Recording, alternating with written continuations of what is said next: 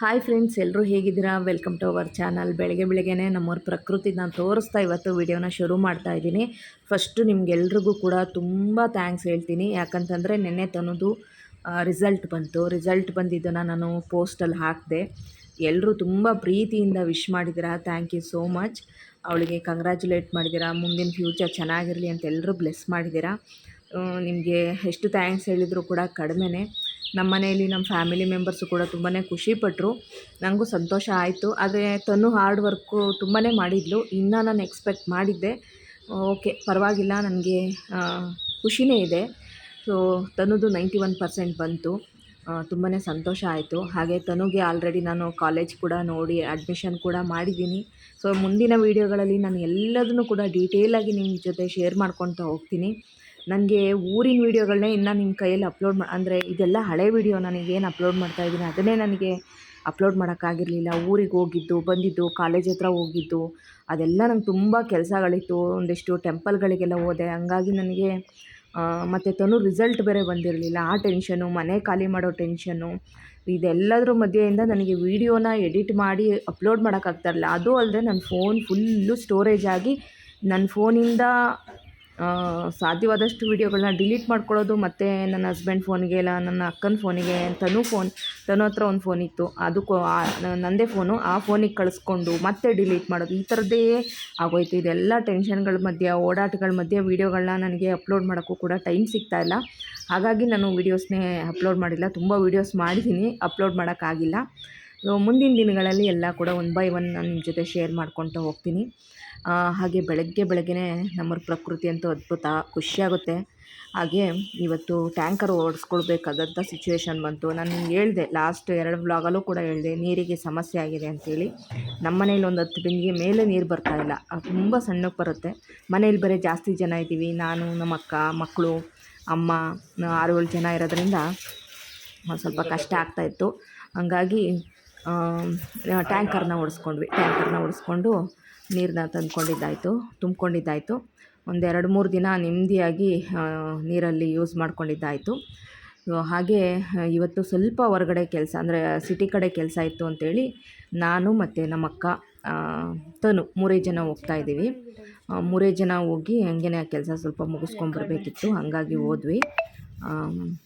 ಅದಕ್ಕೆ ಈಗ ತನು ಬೆಳಗ್ಗೆನೇ ಈಗ ರೆಡಿಯಾಗಿ ಕೂತಿದ್ದಾಳೆ. ಅಮ್ಮ ಅಂತೂ ಬೆಳಗ್ಗೆನೇ ರವೆ ಇಡ್ಲಿ ಮಾಡಿದರು. ರವೆ ಇಡ್ಲಿ, ಇದು ತಟ್ಟೆ ಇಡ್ಲಿ ಪ್ಲಸ್ಸು ಇದು ಸಣ್ಣ ಇಡ್ಲಿ ಎರಡೂ ಕೂಡ ಮಾಡಿದರು. ಸಖತ್ತಾಗಿತ್ತು. ಇಡ್ಲಿ ಜೊತೆಗೆ ಸಾಂಬಾರು ಕಾಂಬಿನೇಷನ್ ಮಾಡಿದರು. ಕರೆಂಟ್ ಇರಲಿಲ್ಲ, ಇಲ್ಲಾಂದರೆ ಚಟ್ನಿ ಮಾಡಿಬಿಡೋರು. ಸಾಂಬಾರು ಮಾಡಿದರು. ಚೆನ್ನಾಗಿತ್ತು. ಸಾರು ಬೇಕಾ ಮನಸ್ವಿ? ಒಂದೇ ಒಂದು ಹಾಕ್ಲಾ?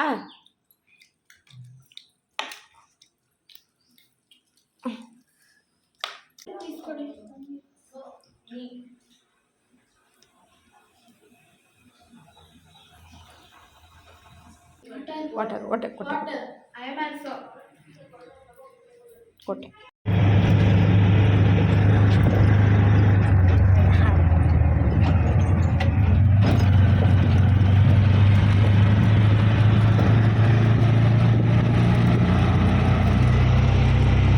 ಊರಿಗೋದ್ರೆ ತುಂಬ ಆ್ಯಕ್ಟಿವ್ ಆಗಿಬಿಡ್ತೀನಿ. ಬಟ್ ಬೆಂಗಳೂರಲ್ಲಂತೂ ನಂಗೆ ಎಲ್ಲೋಗೋಕ್ಕೂ ಮನಸ್ಸಾಗಲ್ಲ. ಏನಾದರೂ ಎಲ್ಲದಕ್ಕೂ ಕೂಡ ನನ್ನ ಹಸ್ಬೆಂಡನ್ನೇ ಎಕ್ಸ್ಪೆಕ್ಟ್ ಮಾಡ್ತಾಯಿರ್ತೀವಿ, ಅಲ್ಲಿ ಕರ್ಕೊಂಡೋಗಿ ಇಲ್ಲಿ ಕರ್ಕೊಂಡೋಗಿ ಅಂತ. ಊರಲ್ಲಿ ಹಂಗಲ್ಲ, ಎಲ್ಲ ಕಡೆ ಓಡಾಡ್ತೀನಿ ನಾನು. ಸೊ ಊರಲ್ಲಿ ಇವಾಗ ಸ್ವಲ್ಪ ಮೋಡಾದಂಗೂ ಆಗ್ತಾಯಿತ್ತು. ನಾವು ಹೋಗಿ ಕೆಲಸ ಎಲ್ಲ ಮುಗಿಸ್ಕೊಂಡು ಬೇಗನೆ ಬಂದ್ವಿ. ಬಂದು ಮತ್ತು ನಮ್ಮಮ್ಮ ರಾತ್ರಿ ಸೊಪ್ಪು ಸಾಂಬಾರು ಮುದ್ದೆ ಮಾಡಿದರು, ಸಖತ್ತಾಗಿತ್ತು. ಗದ್ದೆ ಸೊಪ್ಪು ತೊಗೊಂಬಂದಿದ್ರು. ಗದ್ದೆ ಸೊಪ್ಪು ಸಾಂಬಾರು ಮುದ್ದೆ ಸಖತ್ತಾಗಿರುತ್ತೆ. ನಮ್ಮಮ್ಮ ಅಂತೂ ಸಾಂಬಾರು ತುಂಬ ಚೆನ್ನಾಗಿ ಮಾಡ್ತಾರೆ, ರುಚಿಯಾಗಿ. ಮುಂಚೆ ನಮ್ಮ ಅಮ್ಮ ಮಾಡೋ ಸಾರು ನಂಗೆ ಅಷ್ಟಕ್ಕಷ್ಟೇ ಅನಿಸೋದು. ಇವಾಗ ನನ್ನ ಸಾರು ನಂಗೆ ತಿನ್ನೋಕ್ಕಾಗಲ್ಲ. ನಮ್ಮ ಅಮ್ಮ ಮಾಡೋ ಸಾರು ಅಂದರೆ ತುಂಬ ಇಷ್ಟ ಆಗುತ್ತೆ. ತನುಗೂ ಅಷ್ಟೇ, ನನ್ನ ಹಸ್ಬೆಂಡಿಗೂ ಅಷ್ಟೇ. ನಿಮ್ಮ ಅಮ್ಮ ನೋಡು ಎಷ್ಟು ಚೆನ್ನಾಗಿ ಸಾಂಬಾರು ಮಾಡ್ತಾರೆ, ಎಷ್ಟು ಚೆನ್ನಾಗಿ ಅಡುಗೆ ಮಾಡ್ತಾರೆ, ಎಷ್ಟು ಚೆನ್ನಾಗಿ ಚಿತ್ರಾನ್ನ ಮಾಡ್ತಾರೆ ಅಂತ ಯಾವಾಗಲೂ ನನ್ನ ಹಸ್ಬೆಂಡ್ ಹೊಗಳ್ತಾನೆ ಇರ್ತಾರೆ. ತನುನೂ ಹೊಗಳ್ತಾ ಇರ್ತಾಳೆ, ನನ್ನ ಸಾಂಬಾರನ್ನ ಜರಿತಾ ಇರ್ತಾರೆ. ಸೊ ಗದ್ದೆ ಸೊಪ್ಪು ಸಾರು ಮುದ್ದೆ ಅಂತೂ ಸಖತ್ತಾಗಿತ್ತು. ಫ್ರೆಂಡ್ಸ್, ನೆಕ್ಸ್ಟ್ ಡೇ 11 ಗಂಟೆ ಆಗಿತ್ತು. ಇವಾಗ ನಾನು ತನು ಇಬ್ಬರೂ ಸಿಟಿ ಕಡೆ ಹೋಗ್ತಾಯಿದ್ದೀವಿ. ನನ್ನ ಮುಖ ನನಗೇ ನೋಡ್ಕೊಳಕ್ಕಾಗ್ತಾಯಿಲ್ಲ. ಸಿಕ್ಕಾಬಟ್ಟೆ ಬಿಸಿಲಿಗೆ ಫುಲ್ಲು ಬ್ಲ್ಯಾಕ್ ಆಗಿಬಿಟ್ಟಿದ್ದೀನಿ. ಪಿಗ್ಮೆಂಟೇಷನ್ ಕೂಡ ಜಾಸ್ತಿ ಆಗಿಬಿಟ್ಟಿದೆ ನನಗೆ. ಫ್ರೆಂಡ್ಸ್, ಅಲ್ಲಿ ರೇಷನ್ ಅಕ್ಕಿ ತರಕ್ಕೆ ಹೋಗಿದ್ವಿ. ಅಲ್ಲಿ ನೋಡಿ ಏನು ಕಾಣಿಸ್ತದೆ ಅಕ್ಕಿನ. ಸೊ ರೇಷನ್ ಅಕ್ಕಿ ತೊಗೊಂಡು ಇಲ್ಲೇ ಬಂದು ನಮ್ಮ ಅತ್ತೆಯವ್ರ ಮನೇಲೇ ಬಂದು ಊಟ ಮಾಡ್ತಾಯಿದ್ದೀವಿ. ಈಗ ನಮ್ಮ ಅತ್ತೆ ಇಲ್ಲ, ಡ್ಯೂಟಿಗೆ ಕೆಲ್ಸಕ್ಕೆ ಹೋಗಿದ್ದಾರೆ.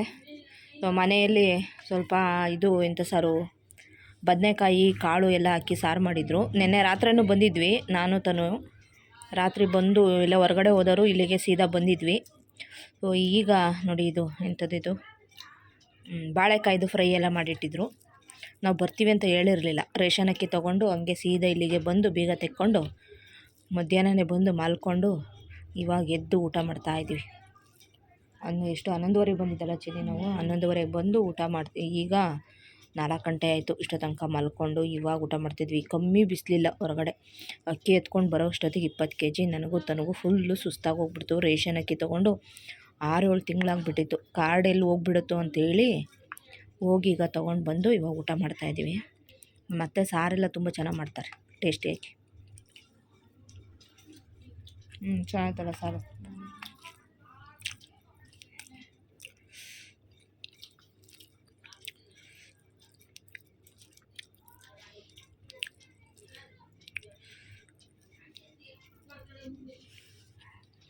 ರಾತ್ರಿ 8 ಗಂಟೆ ಬಂದು ಒಂದು 1/4 ಗಂಟೆ ಅಷ್ಟೊತ್ತೆ ಮಾತಾಡಿ ಹೋಗಿದ್ದು. ನಾಳೆ ಅವ್ರಿಗೆ ರಜಾ ಕೊಡ್ತಾರೆ, ಭಾನುವಾರ ಬರೋಣ ಅಂತ ಅಂದ್ಕೊಂಡೆ ಇಲ್ಲಿಗೆ. ಅವ್ರು ಭಾನುವಾರ ಎಲ್ಲ ದೇವಸ್ಥಾನಕ್ಕೆ ಹೋಗಬೇಕು. ಸೋಮವಾರ ಬರ್ತೀನಿ ಅಂತ ಹೇಳಿದ್ದೆ, ಇವತ್ತೇ ಬಂದಿದ್ದೀನಿ.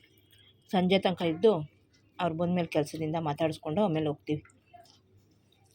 ಹಂಗೆ ಮೇನ್ ರೋಡು MG ರೋಡಿಗೆ ಹೋಗಿ ಸ್ವಲ್ಪ ಸುತ್ತಾಡ್ಕೊಂಡು ಬರ್ತೀವಿ. ತನು ಫೋರ್ಸ್ ಮಾಡ್ತಾಯಿದ್ದಾಳೆ MG ರೋಡು ಅಂತ.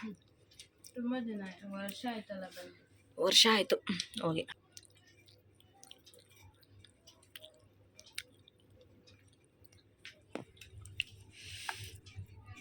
ಅಲ್ಲಿ ಇಟ್ಕೊಂಡಿದ್ದೇಡ. ಹಾಂ ಊಟ ಮಾಡಿ.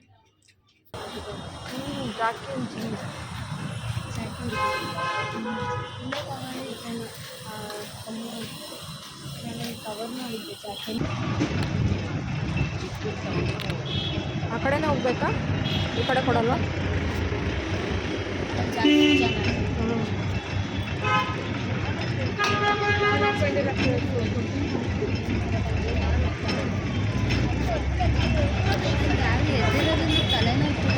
ಫ್ರೆಂಡ್ಸು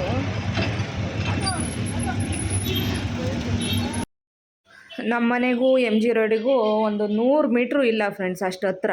ನಮ್ಮ ಮನೆಯಿಂದ ಹಂಗೆ ಓಣಿಯಿಂದ ಬಂದುಬಿಟ್ರೆ ಸಾಕು, ಒಂದು ರೋಡ್ ದಾಟಿದರೆ MG ರೋಡ್ ಸಿಕ್ಬಿಡುತ್ತೆ.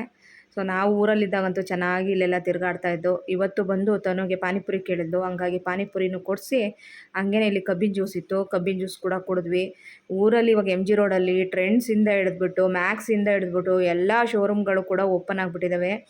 ಖುಷಿ ಆಗ್ತಾಯಿತ್ತು. 1 ವರ್ಷ ಆಗಿತ್ತು ಈ ಕಡೆ ಬಂದುಬಿಟ್ಟು. ಇವಾಗ ನೋಡ್ಬಿಟ್ಟು MG ರೋಡ್ ನೋಡಿ ತುಂಬಾ ಖುಷಿಯಾಗ್ಬಿಡ್ತು.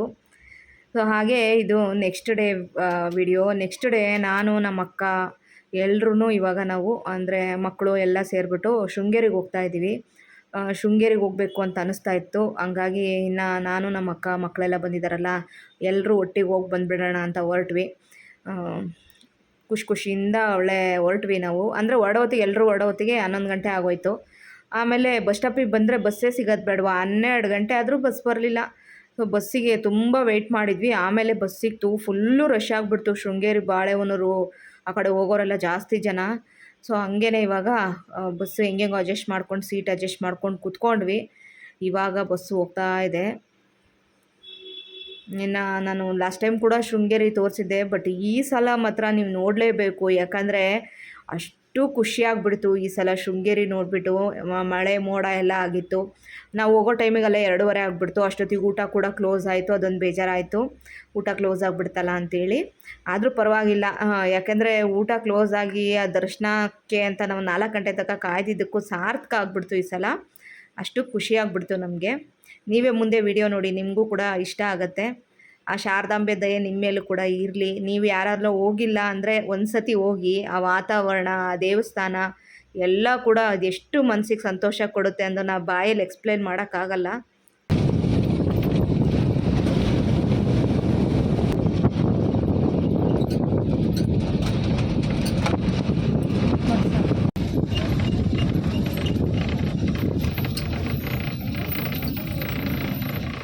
ಹತ್ಬೇಕು ಬಾ.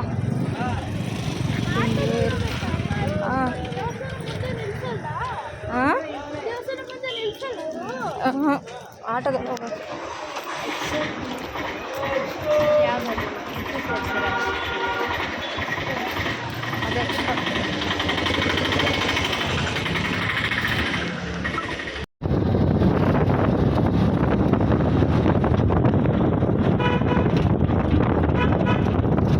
ಸ್ಟ್ಯಾಂಡಿಂದ ದೇವಸ್ಥಾನಕ್ಕೆ ತುಂಬಾ ಹತ್ರ ಇದೆ. ಆದರೂ ಆಟೋದಲ್ಲಿ ಹೋದ್ವಿ, ಒಂದು 70 ರೂಪಾಯಿ ಕೊಟ್ಬಿಟ್ಟು ಹೋದ್ವಿ ಆಟೋದಲ್ಲಿ ಮಾತಾಡಿಕೊಂಡು. ಹಾಗೆ ದೇವಸ್ಥಾನದ ಆವರಣದಲ್ಲಿ ಇದು ಹೂಗಳನ್ನ ತೋರಿಸ್ತಾ ಇದ್ದೀನಿ, ಎಷ್ಟು ಬ್ಯೂಟಿಫುಲ್ ಆಗಿದೆ ಅಲ್ವಾ. ಸೊ 2:30ಗೆ ಹೋಗಿದ್ರಿಂದ 4 ಗಂಟೆಗೆ ದರ್ಶನ ಆಯಿತು ಅಂತ ಇಲ್ಲೇ ವೆಯ್ಟ್ ಮಾಡ್ತಾ ಇದ್ದೀವಿ. ನನ್ನ ಫೇವ್ರೆಟ್ ದೇವಸ್ಥಾನಕ್ಕೆ ಬಂದಿದ್ದೀವಿ. ನನ್ನ ಫೇವ್ರೆಟ್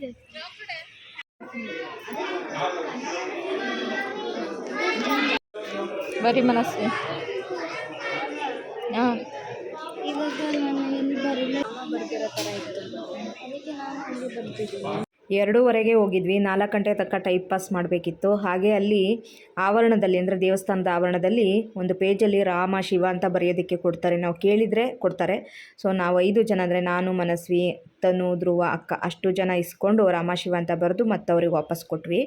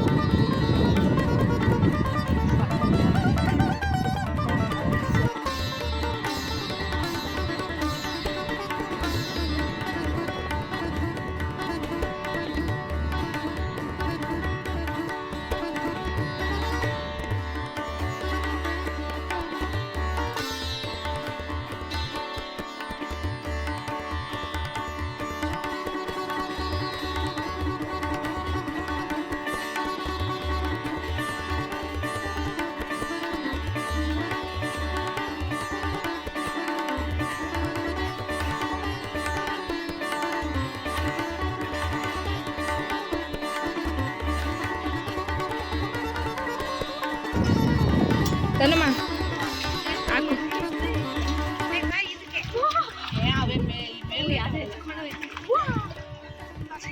ಆಗ್ತಾನು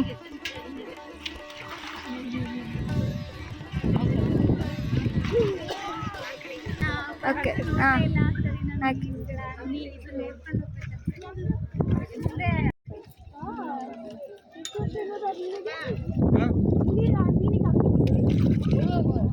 ಇಷ್ಟ ಹತ್ರ ಹಾಕೋದು ತಿಂದು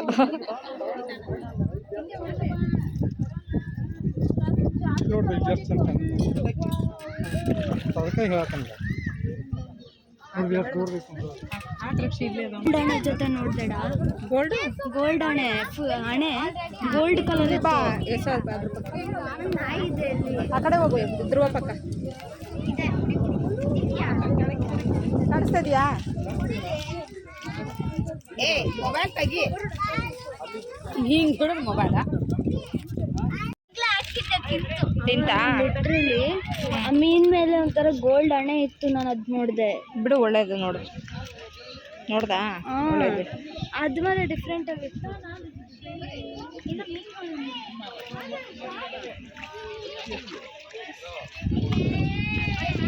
ಆ ಕಡೆ ಎಲ್ಲ ಹೋಯ್ತು.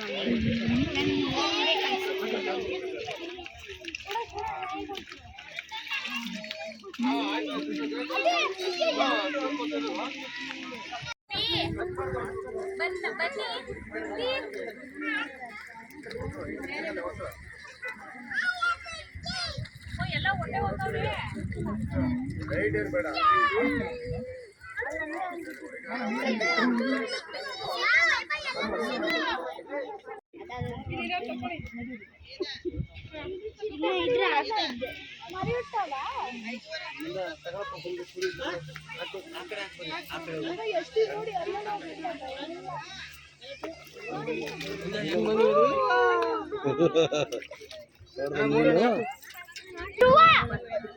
ಮುಟ್ಬೇಡ ಆಲ್ರೆಡಿ ನಗಿ ನಗಿ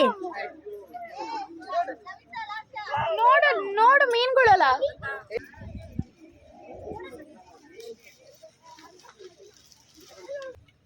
ಕುಂಕುಮ ಹಚ್ಕಡೆ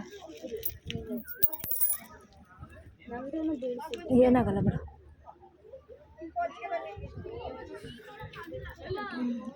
ಬಸವಣ್ಣನ ಬಸವಣ್ಣ ಕೈ ಮುಖ ಮುಟ್ಟಿ ನಮಸ್ಕಾರ ಮಕ್ಕ. ಹಾಗೆ ಮೀನುಗಳಿಗೆಲ್ಲ ಫುಡ್ ಹಾಕಿದ್ಮೇಲೆ ಒಂದಷ್ಟು ಫೋಟೋ ತೆಕ್ಕೊಳ್ಳೋಣ ಅಂತ ಅಲ್ಲಿ ಫೋಟೋ ತೆಕ್ಕೋತಾ ಇದ್ವಿ. ಇನ್ನೂ ಸ್ವಲ್ಪ ಹೊತ್ತಲ್ಲಿ ಟೈಮ್ ಸ್ಪೆಂಡ್ ಮಾಡ್ಬೋದಿತ್ತು, ಯಾಕಂದರೆ ಮನಸ್ವಿ ಇದ್ರು ಹಂಗೆ ಆ ಮೀನುಗಳು ನೋಡ್ಬೇಕಂತ ತುಂಬಾ ಆಸೆ ಇತ್ತು ತನಗೂ ಕೂಡ. ಬಟ್ ಏನಂದರೆ ಮೋಡ ಕೌದ್ಬಿಡ್ತು, ಮಳೆ ಬರೋ ಥರ ಆಗ್ಬಿಡ್ತು. ಹಾಗಾಗಿ ಬೇಗ ನಾವು ಅಲ್ಲಿಂದ ಬರಬೇಕಾಯ್ತು. ಒಟ್ಟಾರೆ ಆ ಮೋಡ ಕೌದಿದ್ದ ವಾತಾವರಣ, ಆ ಪ್ರಕೃತಿ, ಆ ನದಿ ಅದ್ಭುತವಾಗಿತ್ತು. ಎಲ್ಲದನ್ನೂ ಖುಷಿ ಪಡ್ಕೊಂಡು ವಿಡಿಯೋ ಶೂಟ್ ಮಾಡಿಕೊಂಡೆ.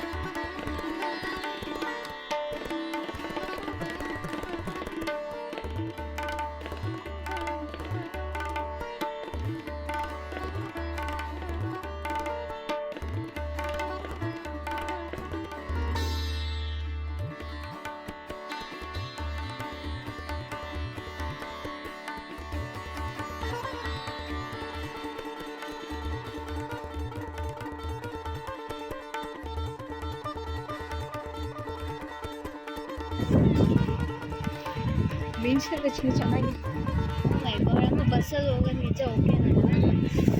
ಮಳೆ ನಿಲ್ಲುತ್ತೆ ಅಷ್ಟೊತ್ತಿಗೆ. ಫ್ರೆಂಡ್ಸ್, ಚೆನ್ನಾಗಿ ಈಗ ಮೋಡ ಆಗಿದೆ, ಮಳೆ ಬರೋ ಥರ ಇದೆ, ಸಿಕ್ಕಾಪಟ್ಟೆ ಗಾಳಿ ಆಗ್ತಾಯಿದೆ. ಟೈಮ್ ಈಗ 5 ಗಂಟೆಗೆ 10 ನಿಮಿಷ ಇದೆ. ಸೊ ನಾವಿಬ್ಬರು ಈಗ ಹಿಂದೆ ಹೋಗ್ತಾ ಇದ್ದೀವಿ. ನಮ್ಮ ಅಕ್ಕ ಮನಸ್ವಿ ಇದ್ರು ಎಲ್ಲ ಮುಂದೆ ಹೋದ್ರು. ದೇವಸ್ಥಾನ ಎಷ್ಟು ಚೆನ್ನಾಗಿದೆ.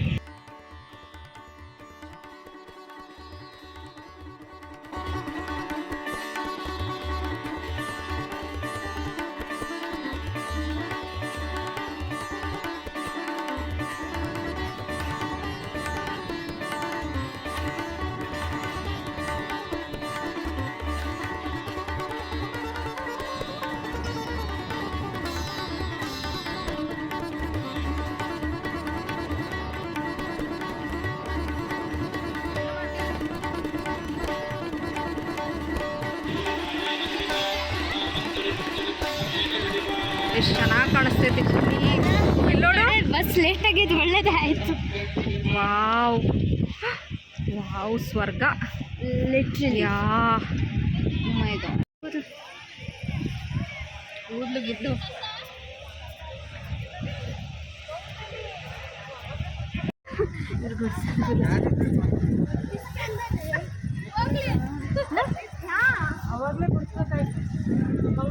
ಯಾರಾದ್ರೂ ಗುಡ್ಸಿದಾರ ಅಂತ ಹೇಳ್ತಾರ. ಫಸ್ಟ್ ಅಲ್ಲಿ ಮೇಲೆ ಗುಡ್ಸ್ಕೊ ಬರ್ಬೇಕೇನೋ ಕೀರ್ತಿಯ. ಮಳೆ ಬಂದು ಗುಡಿಸ್ಕೊಳುತ್ತೆ ಬಿಡಿ ಅಕ್ಕ.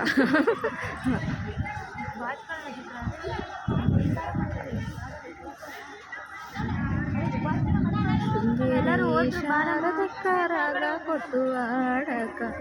Wow, what a beautiful, what a beautiful, what a beautiful.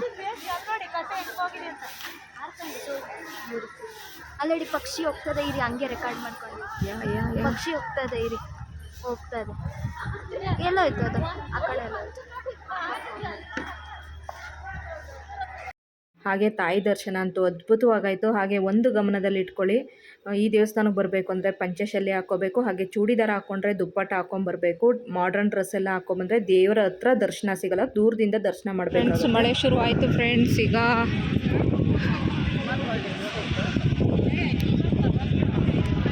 ಅದೆಲ್ಲ ಒಳ್ಳೇದಕ್ಕೆ ಅನ್ನೋದಿದೆ. ನಂಗೆ ಈ ಥರ ವೆದರಲ್ಲಿ ಬರೋದು ಶೃಂಗೇರಿ, ನಂಗೆ ಈ ಥರ ವೆದರಲ್ಲ ಶೃಂಗೇರಿಗೆ ಬರೋದು. ಬಿಸಿಲಿಂದ ತಂಪಾಯಿತು. ಬಾ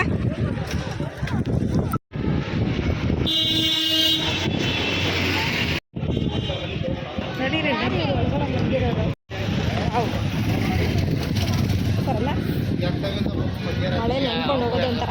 ಅಲ್ಲ, ನಂಗೆ ಈ ಥರ ವೆದರಲ್ಲಿ ತುಂಬ ಆಸೆ ಇತ್ತು ಒಂದ್ಸತಿ ಬರೋದು. ಫೈನಲಿ ಒಂದ್ಸತಿ ಆಯ್ತು. ಹಾಂ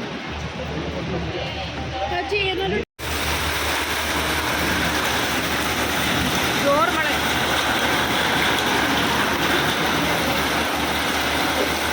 ಬ್ರಿಡ್ಜಿಗೆ ಹೋಗೋಕ್ಕೆ ಆಗಲಿಲ್ಲ, ಆ ಬ್ರಿಡ್ಜ್ ಹತ್ರ ಚೆನ್ನಾಗಿದೆ ಗೊತ್ತಾ, ಒಂದ್ಸರಿ ಹೋಗಿದ್ವಿ ನಾವು. ಬಸ್ ಸ್ಟ್ಯಾಂಡಿಗೆ ಬಂದ್ವಿ. ಬಸ್ ಬರೋದು ಇನ್ನೂ ಅರ್ಧ ಗಂಟೆ ಆಗುತ್ತೆ ಅಂತಂದರು. ಸೊ ಅಲ್ಲೇ ಒಂದು ಪಾನಿಪುರಿ ಅಂಗಡಿಗೆ ಹೋಗಿ ಎಲ್ಲರೂ ಬಿಸಿ ಬಿಸಿ ಪಾನಿಪುರಿ ತಿಂದ್ವಿ. ಹಂಗೆ ಬೇಕ್ರಿಯಲ್ಲಿ ಒಂದಷ್ಟು ಸ್ನ್ಯಾಕ್ಸ್ ಎಲ್ಲ ತೊಗೊಂಡು ತಿಂದು ಇವಾಗ ಅಷ್ಟೊತ್ತಿಗೆ ಬಸ್ ಬಂತು. ಈಗ ಬಸ್ಸಲ್ಲಿ ಹತ್ಕೊಂಡು ಕುತ್ಕೋತಾ ಇದ್ದೀವಿ.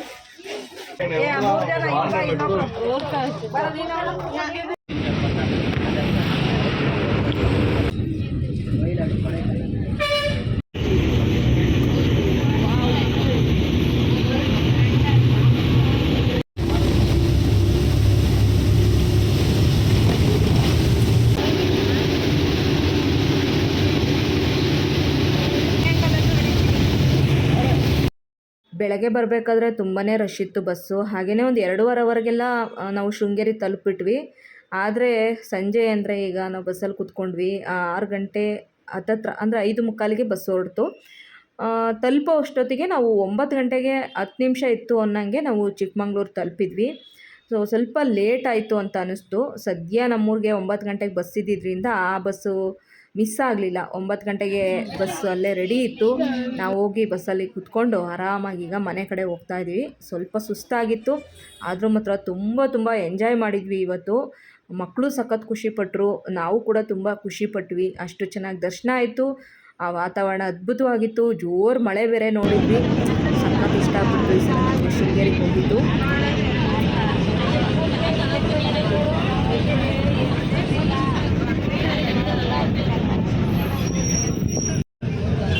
ಸೋತು ಸುಣ್ಣಾಗಿ ಹೋಗ್ಬಿಟ್ಟು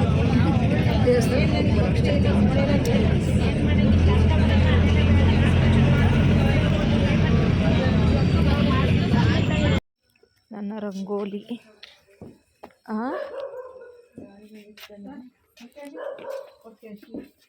ಟವಲು ಗಿವಲು ಎಲ್ಲ.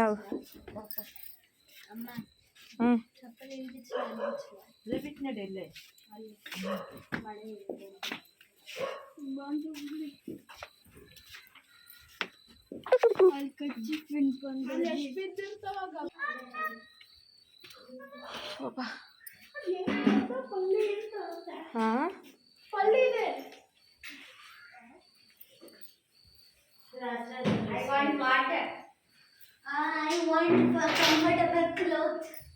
ಒಂಬತ್ತು ಕಾಲಿಗೆ ಮನೆ ಸೇರಿದ್ವಿ.